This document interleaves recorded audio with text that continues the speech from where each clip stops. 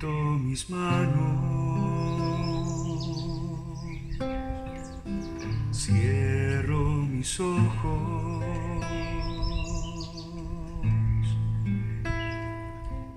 para proclamar tu nombre, Dios de poder.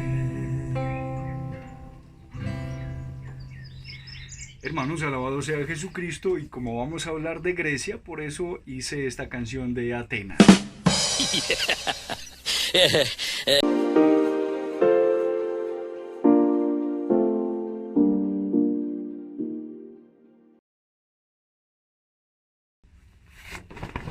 Bueno, ya, pongámonos serios. Vamos a conocer un poco más acerca de Grecia. Grecia es mucho más que un territorio nororiental del Mediterráneo. Cuando uno escucha hablar de Grecia, Grecia tiene sabor a mitología, a filosofía, tiene sabor a historia, tiene sabor a encanto de grandes epopeyas y encantadoras ruinas que parecen sacadas de cuentos de hadas. Sin lugar a duda, Grecia marcó la historia universal, incluso hasta nuestros días. Conozcamos un poco acerca de esta magnífica región del planeta, a quien considero que realmente es la tierra madre de nuestra cultura.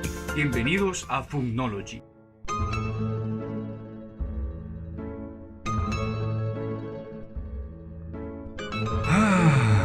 Grecia, sus mares, sus ruinas.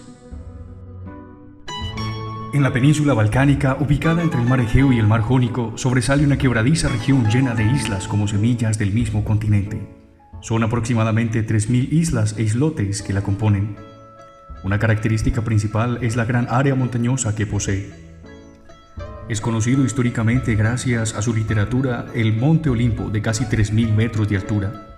Su pico toca las nubes, por eso los antiguos consideraban que por allí se podía llegar hasta el lugar en donde habitan los dioses. El mar se funde en esta región en donde no parecen competir la tierra firme y el azul encanto de sus aguas. Parece que se conjugan sin división, viven en perfecta armonía. Entre sus importantes ríos se encuentran el Peneus, un serpenteante río de 200 kilómetros de extensión. Riega las llanuras de Grecia, silencioso e imponente. En la antigua Grecia, la economía estaba basada principalmente en la pesca, teniendo en cuenta que es una región muy rica en mar, bordeada por mar por todos lados. Y de una manera un poco más artesanal, los antiguos clanes de Grecia se dedicaban también a la agricultura, pero el suelo no es que sea muy fértil, por lo tanto ellos les tocó buscar expandirse, buscar nuevas tierras para poder sembrar. Y esto fue una gran ventaja para ellos a futuro. Su ubicación geográfica mediaba entre la cultura europea y la árabe, además de sus eficaces líneas de navegación que hicieron posible que se desarrollara el comercio. También es conocida Grecia por su cultura y su filosofía. Sus productos rápidamente fueron conocidos y apetecidos. Jarrones, esculturas e incluso pergaminos eran productos comercializados por todo el litoral del Mediterráneo. Durante mucho tiempo se pensó que el esplendor de Grecia había surgido espontáneamente, repentinamente, por allá en el siglo IX o X antes de Cristo. Pero los últimos estudios han arrojado como resultado que antes de este periodo de la Grecia tan importante hubo otros periodos también muy significativos. Profundicemos entonces en estas civilizaciones o en estas eras de Grecia a continuación.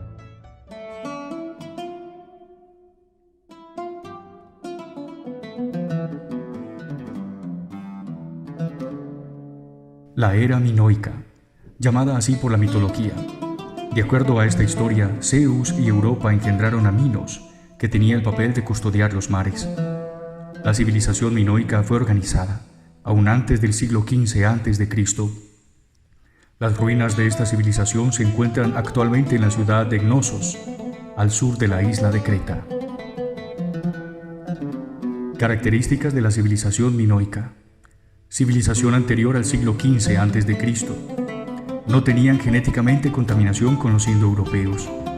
La arquitectura era abierta y rica en decoración.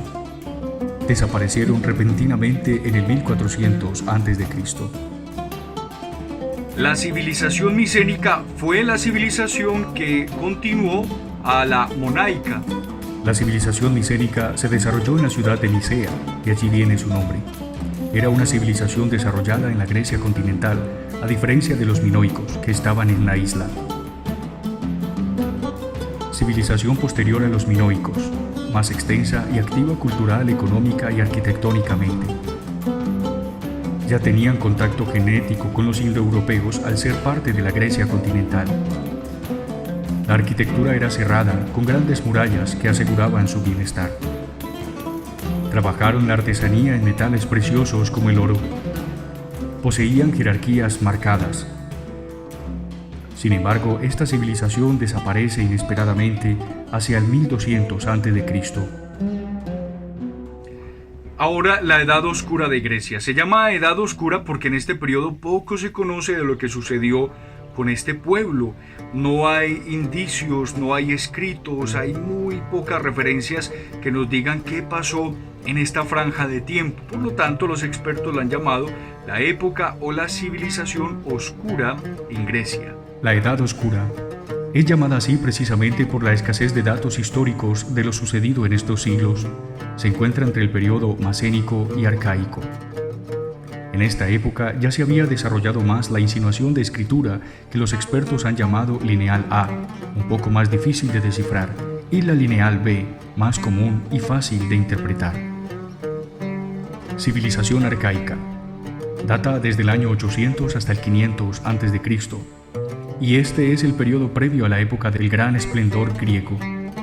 En este se desarrollan grandes avances en la economía, la agricultura, incluso el derecho, y sobre todo porque se unifica la cultura griega antes más independiente regionalmente. Se extienden porque necesitan buscar tierras para cultivar. Características de la civilización arcaica. Posee más poblaciones extendidas en la Grecia continental e insular. Una clara y sólida estructuración del gobierno, la agricultura y la polis. Surge el alfabeto griego. Se unifica la religión mítica gracias a los mismos escritos. Surgen unos juegos en el monte Olimpo en honor de los dioses. El auge de lo que nosotros conocemos actualmente como Grecia o de toda esa historia tan rica en cultura se desarrolló básicamente en el siglo V, gracias a un líder llamado Pericles, que fue el gran impulsador de esta cultura y de la política, de la arquitectura, de las artes. Entonces, gracias a este personaje es que empieza a surgir ese esplendor de la Grecia como nosotros la conocemos. La época clásica y helenística. En el siglo IV y III, con Alejandro Magno, quien llevó su poderío muy lejos, se desarrolló esta época. En Egipto lo consideraron hijo de los dioses, y a esta época final se le conoce como la Grecia helénica. Surge porque Felipe II el Macedonio, su padre, aprovechó las guerras del Peloponeso, en donde las polis griegas peleaban entre sí, y así se estableció fuerte su poderío. Más tarde su hijo, Alejandro, extendería el imperio hasta Asia Central. Como periodo mediante entre el arcaico y el helenístico, surgen los grandes filósofos griegos como Sócrates, Platón y Aristóteles. Características de la edad helénica. Cambios a nivel económico. El comercio fue ampliamente desarrollado. La adquisición del saber por medio de libros empezó a tener gran auge. El mestizaje cultural y la extensión del griego como lengua general. Época de transición entre el mundo griego y el latino, fundamento de la sociedad actual. Entrando un poco más en materia de lo que nos corresponde como el griego, el idioma griego antiguo, vamos a conocer entonces cuál ha sido esa evolución. Todo empezó cuando un grupo de peregrinos provenientes de Asia Central decidieron emigrar para buscar nuevas tierras. Estos son llamados los indoeuropeos. Estos grupos tenían su propia y única lengua, pero al extenderse en diferentes partes del planeta y por su contacto con otros pueblos, a lo largo de los siglos se fueron mezclando con otros dialectos y surgiendo a su vez nuevas lenguas. Los indoeuropeos marcharon hacia el sur de los Balcanes, en lo que conocemos como Grecia, más o menos en el año 4000 a 3000 a.C. En el territorio podemos decir que los dialectos más conocidos en ese momento son el jónico, el dórico, el ático y el eolio. Hacia el siglo IX y VIII, estos clanes griegos toman el alfabeto fenicio y lo transforman más adelante en el griego clásico. En la época arcaica se desarrolla un dialecto entre los áticos y los jónicos que ya se había empezado a expandir en la época micénica. En este periodo se escribían historias como las de Homero. Hay que hablar de dos ramas del griego de la antigüedad. La rama oriental, dialecto jónico-ático.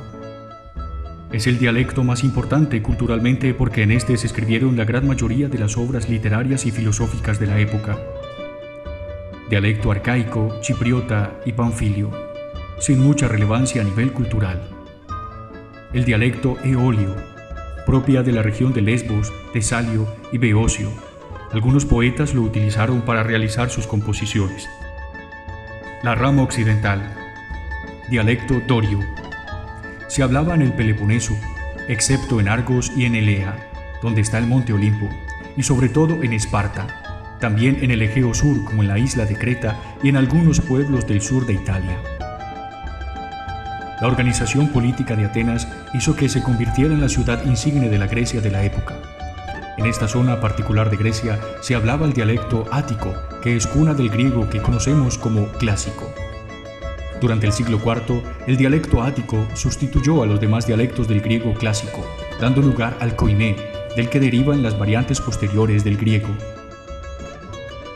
Los grandes políticos, escritores o filósofos de esa Grecia continental hablaban, pues, obviamente un griego un poco más pulcro, un poco más elaborado, llamado el griego clásico. Pero, al expandirse y al tener grandes líneas de navegación, ellos tuvieron que encontrar una manera de comunicarse más fácilmente. Y es así como surge el griego koiné, gracias a Alejandro Magno, que era con unas características muy particulares que lo hacían un poco más fácil para la comprensión de todas las personas que estaban en contacto con el mundo griego. Alejandro Magno lo impuso como lengua literaria y fue enseñado por toda la colonización alejandrina del Oriente. Características del griego koiné. El griego koiné es más rústico que el clásico. El clásico era un poquito más cantadito, era más música. El koiné era un poquito más concreto. Se pierde la distinción entre vocales breves y largas. Se reducen los diptongos. ¿Qué? Se utilizó la ortografía con connotaciones un poco más históricas y menos fonéticas. La morfología se hace más sencilla, pero no se pierde la expresividad del griego.